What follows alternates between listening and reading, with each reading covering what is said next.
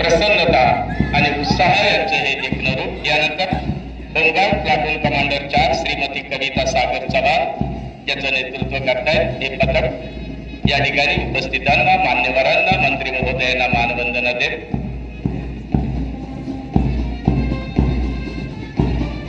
यानंतर platoon commander 5 याचं नेतृत्व करतायत Shri Gajendra Baban Borde. Home guard platoon commander 5 यांचं हे पथक या ठिकाणी मानवंदना देत आहेत। प्रसन्नता, उत्साह, आनंद, अभिमान, शिस्त आणि समन्वय यांचं हे अनोखं रूप। यानंतर प्लाटून कमांडर 6 नेतृत्व करतायत श्रीमान विकास नागनाथ राठोड, पोलीस उपनिरीक्षक।